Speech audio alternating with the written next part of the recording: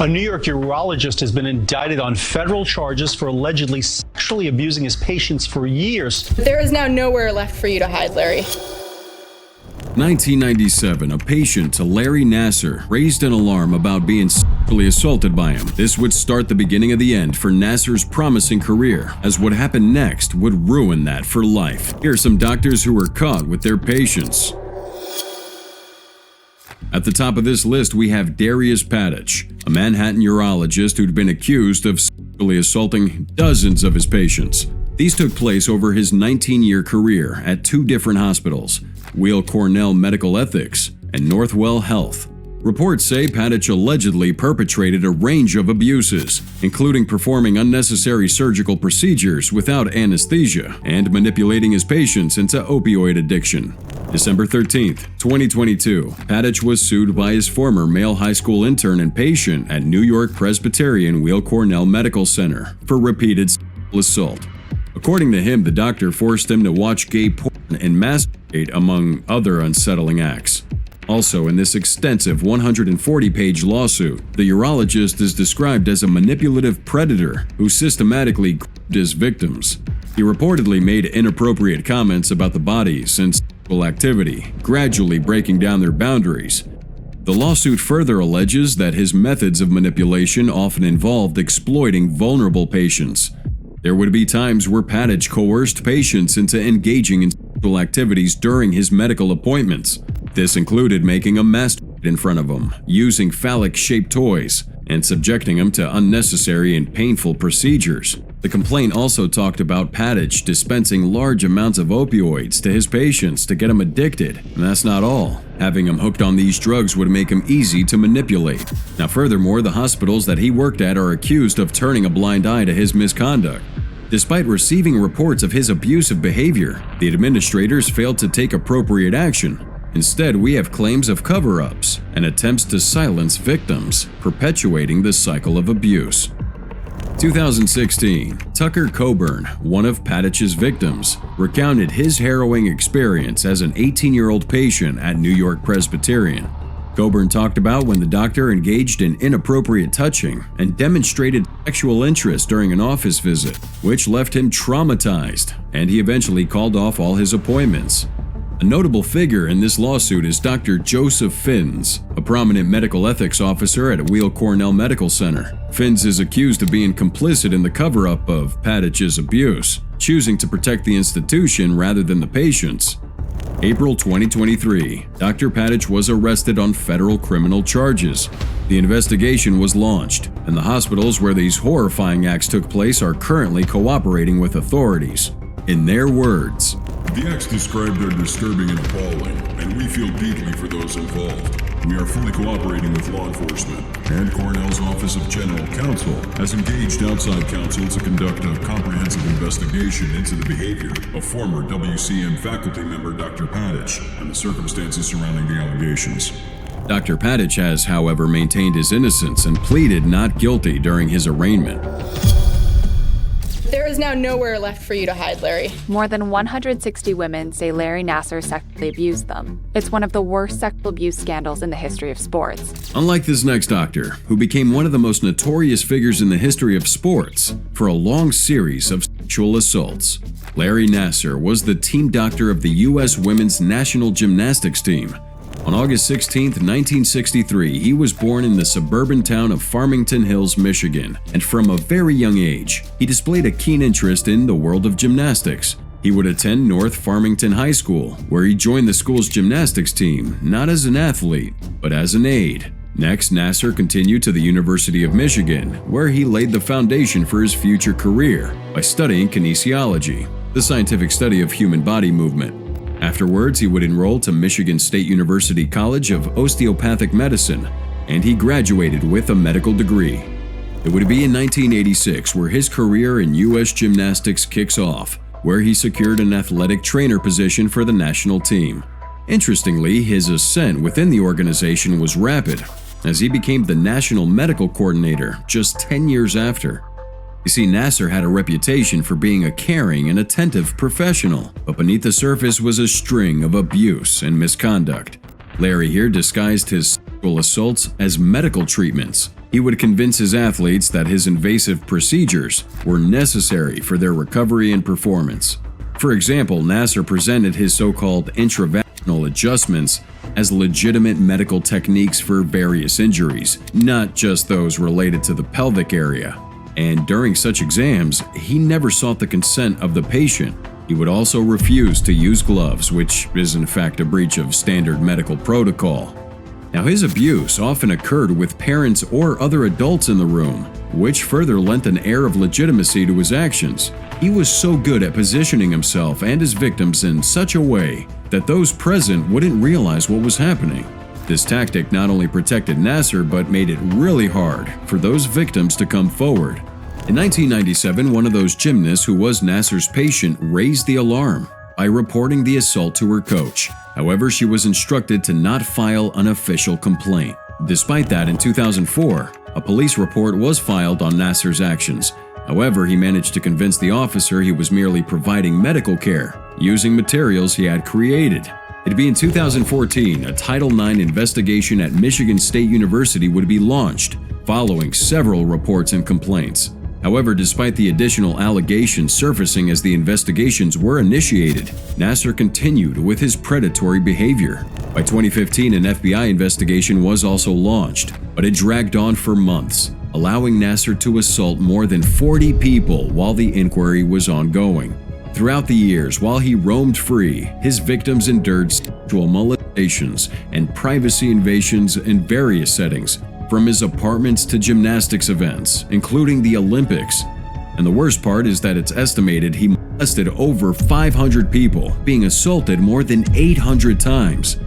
Despite numerous reports and investigations, Nasser's actions were repeatedly ignored or dismissed. By September 2016, a news article by Indianapolis Star reporting the accounts of two women who accused Nasser of sexual abuse gained traction. And just 2 months later, Larry Nasser was arrested after more victims came forward.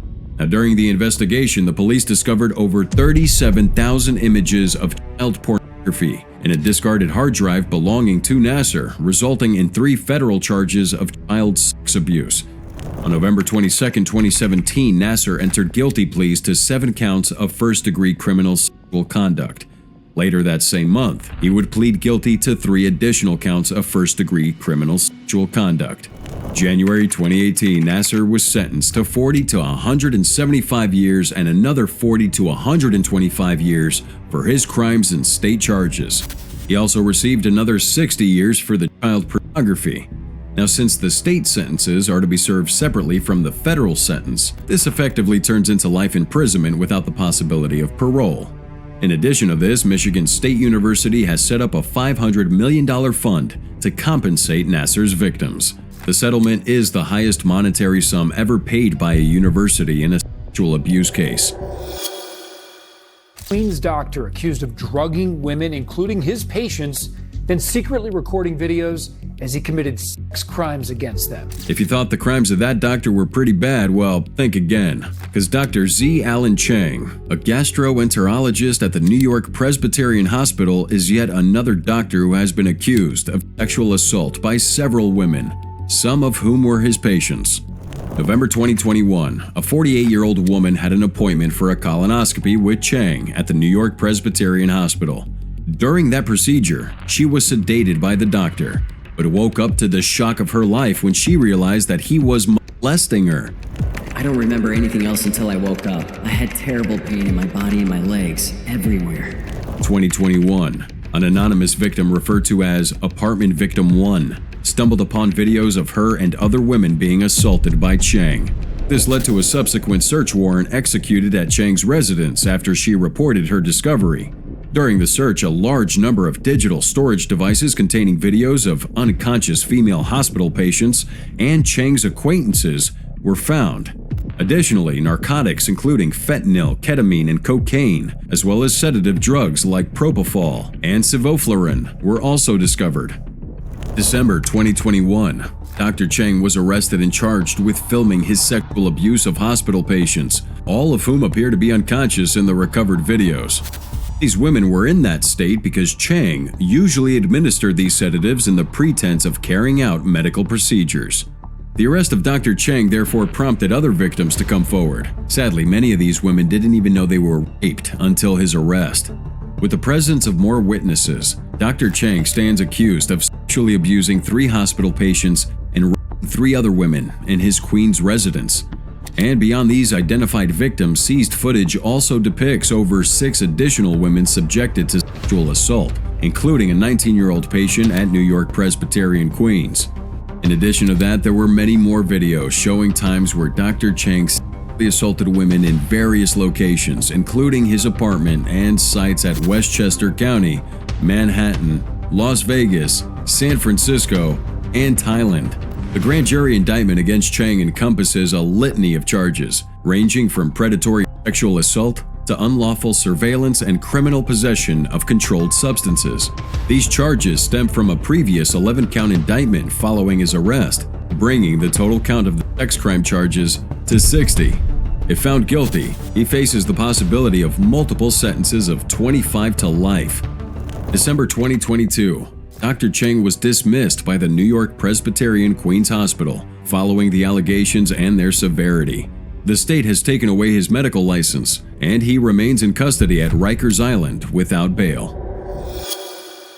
A U.S. Army doctor will be arraigned in Washington state tomorrow for what could be one of the largest sexual assault prosecutions in the Army's history. The story of the next doctor on this list is as shocking as it is disgusting. Major Michael Stockin is an Army doctor whose unlawful acts with his patients are one of the largest prosecutions by the Army of its kind. He's accused by dozens of people and is currently facing more than 50 counts of sexual misconduct, among which are 47 counts of abusive sexual contact and 5 counts of indecent viewing under the Military Code of Justice. June 2019, Stockin was assigned to Madigan Army Medical Center at Lewis McChord as an anesthesiologist and pain management specialist. And within the next 3 years, he committed a long series of sexual abuse and tried to cover it up by falsely representing that abuse had a medical purpose. However, what sets this case apart from the rest so far is that these 41 alleged victims are male. According to a soldier who was a victim wishing to remain anonymous, he was alone with the doctor in the room when it happened, as he had consulted the Army physician for shoulder pain. Suddenly, Stockin instructed him to stand, pull down his pants, and lift his gown for an examination that had nothing to do with shoulder pain. The soldier goes on to describe how the doctor came to be at eye level with his groin when he stood up, and then proceeded to touch his genitals. Another time, this retired command sergeant major recounted being sexually abused by Stockin 3 times and shared a similar experience of undergoing extra unrelated examinations. This victim, who consulted the Army physician to help manage his arthritis, has described how that extensive examination had left him with psychological wounds. But despite these grave accusations, according to the Washington State Department of Health database, Stockin's medical license remains active. Now, he has, however, been suspended from seeing any patient until this case is wrapped up. In the meantime, at Madigan, Stockin took on an administrative role, away from clinical duties. If found guilty on all charges, Stockin could potentially receive a prison term of more than 330 years if the sentences were consecutive.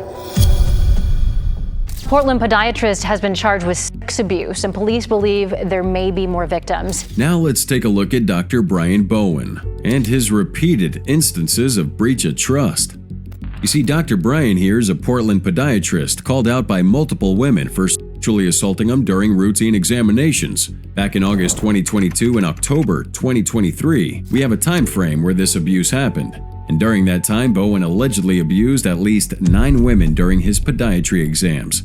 May 2022, a woman went for a checkup at Eastside Foot and Ankle, a clinic owned by Bowen. There, he would instruct her to lie down on the examination bed with her legs exposed up to her knees.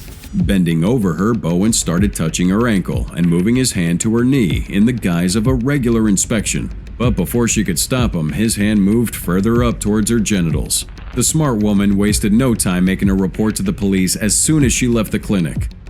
On December 6, 2023, Bowen was indicted with 1 felony charge and 3 misdemeanor counts of sex abuse, and 9 days later he was arraigned, prompting other victims to come forward. Amid the ongoing investigation, police have focused on Bowen's practice at Eastside Foot and Ankle, located on Northeast 44th Avenue in Portland, suspecting there could be more victims. Bowen currently faces charges including 2 counts of first-degree sexual abuse, 1 count of second-degree sexual abuse, 9 counts of third-degree sexual abuse, and 2 counts of abuse by fraudulent representation. If found guilty, he faces up to 10 years of imprisonment, a fine of $250,000, or a combination of both for just the charges of fraudulent representation alone. After his indictment, Bowen and the Oregon Medical Board mutually agreed to implement an interim order. This order has mandated the presence of a trained chaperone during any examinations or medical procedures conducted by Bowen. The arrangement is to be implemented until the board completes the investigation into the allegations and Bowen's professional conduct. Also, according to Portland Police Bureau, the investigation is ongoing, and both the DA's office and Portland Police urge any other patients who may have had similar encounters with Dr. Bowen to step forward. While mugshots are typically not released in most criminal cases in Oregon, Bowen's photos being made public to assist in locating any additional victims. A class action lawsuit filed against a former Brigham doctor now accused of abusing more than 70 women. A similar case occurred with Dr. Derek Todd. In 2010, Todd here, a former rheumatologist at Brigham and Women's Hospital in Boston, specializing in inflammatory conditions of muscles, joints, and bones, began his pattern of patient abuse. 2011, Kristen Fritz, one of his victims, sought treatment for spine pain and visited Todd as recommended by her doctor at the same hospital. The appointment would start off as normal, but then Todd's behavior escalated without warning as he aggressively groped her chest, seemingly deriving pleasure from it. Another victim, a 33-year-old Massachusetts woman, had faced difficulties finding medical care during the COVID-19 pandemic. Thrilled when Todd offered to help with her symptoms of tingling and numbness, she gradually relied on him as her primary doctor and gynecologist. However, over 2 years, the abuse worsened, including invasive vaginal exams and inappropriate comments about her body. Todd would insist on her being alone during those examinations and routinely ask her to undress completely.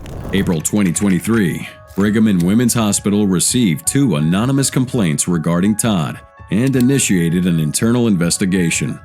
While that investigation was ongoing, Todd was instructed to never perform sensitive exams without a chaperone present. June 2023, he was placed on administrative leave by the hospital, and just a month later, he was sacked.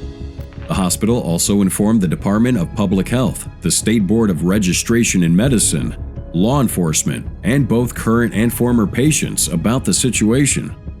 October 2023, a combined lawsuit was brought against Todd, with over 200 women accusing him of performing unnecessary pelvic floor therapy, breast examinations, testicular examinations, and rectal examinations on patients. The victims ranged from teenagers to women in their 60s. The lawsuit further alleged Todd abused their trust when he started going beyond treating rheumatic diseases to becoming their sole physician while conducting invasive and unnecessary exams. The allegations also accused Brigham and Women's Faulkner Hospital and Charles River Medical Associates of being aware of the abuse and neglecting to intervene until much later. However, Charles River Medical Associates stated that it was never informed of any complaints regarding Todd's inappropriate behavior, as they had a policy to actively contact patients to address their concerns. September 2023, Todd entered a voluntary agreement with the Board of Registration in Medicine, agreeing to stop practicing medicine nationwide. While no criminal charges have been brought against Todd, law enforcement has interviewed multiple former patients. Additionally, Todd is under investigation by the Suffolk County District Attorney's Office. Dr. William Thompson IV is accused of sexually assaulting the male victims under the guise of necessary medical exams. Talking about Dr. William Moore Thompson IV, the sheer number of people assaulted by this doctor would make anyone's skin crawl. Dr. Thompson here is an infectious disease specialist who faces accusations of molesting patients during visits at his Newport Beach office and at Hoag Hospital. Out of the 73 patients reportedly abused by Thompson, many sought out his services. However, at least one individual claimed to have been abused after being assigned to Thompson's care during an emergency room visit. On his website, which has been taken down, Thompson stated he offered general medical care for the LGBTQ community. And this is why Thompson's patients included several men who claimed that they had been abused. Now, the men alleged that Thompson exploited them under the guise of medical treatment. They're suing Hoag Hospital, where Thompson had clinical privileges, claiming the hospital overlooked warning signs regarding his reported misconduct. Michael Glockner, a victim, described the exams carried out by Thompson as overly aggressive prostate checks and excessive in number. Plus, after conducting these exams, he would insist on showing his private area, seemingly to gauge his arousal. After multiple sexual assault complaints from the infectious disease specialist, the California Department of Consumer Affairs and the Newport Beach Police Department stepped in and initiated this investigation. September 20, 2023, Thompson was arrested and charged with sexually assaulting 9 male patients between 2016 and 2020. These assaults were reported to be conducted under the guise of necessary medical examinations, as stated by the Orange County District Attorney's Office. So in addition to that, his medical license was also suspended, as per the Medical Board of California. Court documents detail 21 federal charges against Thompson, including sexual battery by fraud, forcible oral copulation, and sexual penetration by means of fraudulent representation of professional purpose. The lawsuit, spanning 730 pages, expressly described patients' experiences with Thompson. In the complaint, attorneys further claimed that the Hoag Hospital was aware of his misconduct, but neglected to intervene or report his actions to law enforcement or the California Medical Board, allegedly prioritizing their financial interests. A second civil lawsuit has also been filed against the doctor, bringing the total number of identified victims to over 80. While the suit doesn't specify the monetary damages sought by the victims, if Thompson is found guilty on all counts, he could face 30 years to life in prison, plus an additional 25. 22 more patients are accusing a retired Norwell pediatrician of sexual abuse. In this next shocking instance, a Massachusetts doctor at South Shore Health, known as Richard Koff, faces accusations of sexually abusing at least 24 women during pediatric visits. The charges were pressed after a question was posed on social media regarding whether vaginal penetration was standard during a pediatric exam. November 1991 to August 2004 was the time frame within which 2 initial accusers were abused by Koff during their pediatric visits at South Shore Medical Center.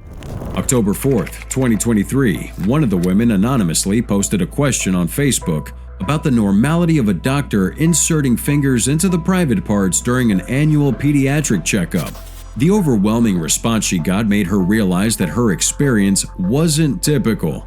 Another woman would share a similar encounter, causing her to doubt the other responses she got. But when the 2 women eventually realized that they had been treated by the same Koff, they began to suspect something was amiss and maybe the other people were right. Following that development, these women reported their experiences to the authorities. They claimed that Koff usually instructed them to change into paper gowns, lie on a table, and then count to 3 before he inserted his fingers into their vaginas. And even though their parents were present during the exams, Koff would sneakily block their view. November 2nd, 2023, Koff was charged with 4 counts of rape and 12 counts of indecent assault and battery based on complaints from 2 accusers. Interestingly, when he appeared for his arraignment in Hingham District Court a few days later, an additional 22 accusers had come forward, as reported by Plymouth County Assistant DA Jeremy Beth Kuzman. While Dr. Koff has adamantly denied these allegations and pleaded not guilty in court, he has agreed to stop practicing medicine, a profession he had practiced for over 40 years. He's also not to have any sort of communication with the women who filed the lawsuit. Additionally, he's prohibited from having unsupervised contact with any child under the age of 16, including his 8-month-old grandson. And at the end of this list, we have Wamid Ataya. Wamid Ataya worked at the Schoenberg Medical Clinic in King Township for over a decade. During this time, he assaulted over a dozen female patients when he was the only practicing family physician, and the only doctor offering walk-in clinic services in the village of Schomberg, Ontario. Here, he typically attended to over 2,000 regular patients, along with walk-ins. In 2016, one of these victims would consult Ataya for help with a migraine. During the exam, he claimed that the reason she was having a migraine could be related to her hormones or reproductive systems. So he told her he needed to perform an internal check and a thorough examination of her ovaries. Ataya then instructed her to remove her pants, after which he assaulted her.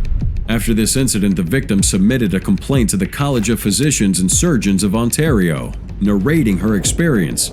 The report prompted the association to monitor Ataya by mandating him to have a chaperone present in the room when he examined patients.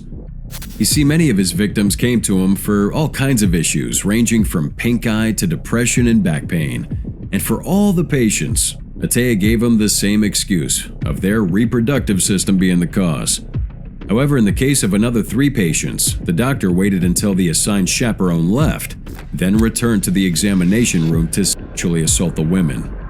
In 2020, Ataya was arrested with 28 charges laid on him after 2 female patients, one 49 and the other 28, came forward with allegations. However, after the investigation, 11 more victims came forward, bringing the total number to 13. September 2023. A Superior Court of Ontario ruling found Wamid Ataya guilty of 16 counts of sexual assault and 1 count of sexual exploitation of a young person. According to Justice Jill Cameron, Ataya committed these disturbing acts after carefully calculating his moves. For instance, it was observed that Ataya created false records by listing inaccurate reasons for patients' visits in an effort to justify his assaults on multiple occasions. Also, with the exception of one incident, the assault happened without a chaperone, suggesting Ataya intentionally abused his position of authority in a calculated manner. November 23, 2023, Dr. Wamid Ataya was sentenced to 9 years in prison for his crimes. Along with his sentence, he was told to provide a DNA sample to the National DNA Data Bank.